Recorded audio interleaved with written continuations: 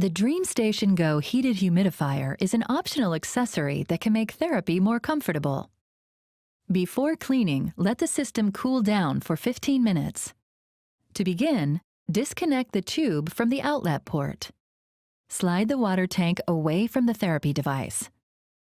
Remove the tank lid by pulling up on the tank lid tab with one hand, while holding the tank base firmly with your other hand.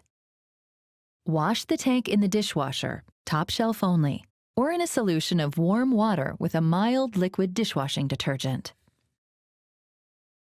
Rinse with clean water and allow it to air dry.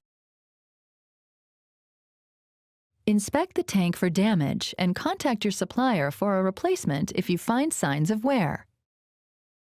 To prevent mold and bacteria growth, you should clean the water tank daily.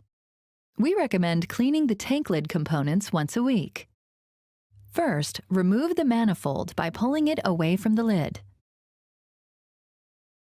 Next, remove the baffle. With the lid fully disassembled, soak the components in a solution of warm water with a mild liquid dishwashing detergent. Rinse them with clean water and allow them to air dry. Reassemble the tank lid by inserting the baffle, followed by the manifold.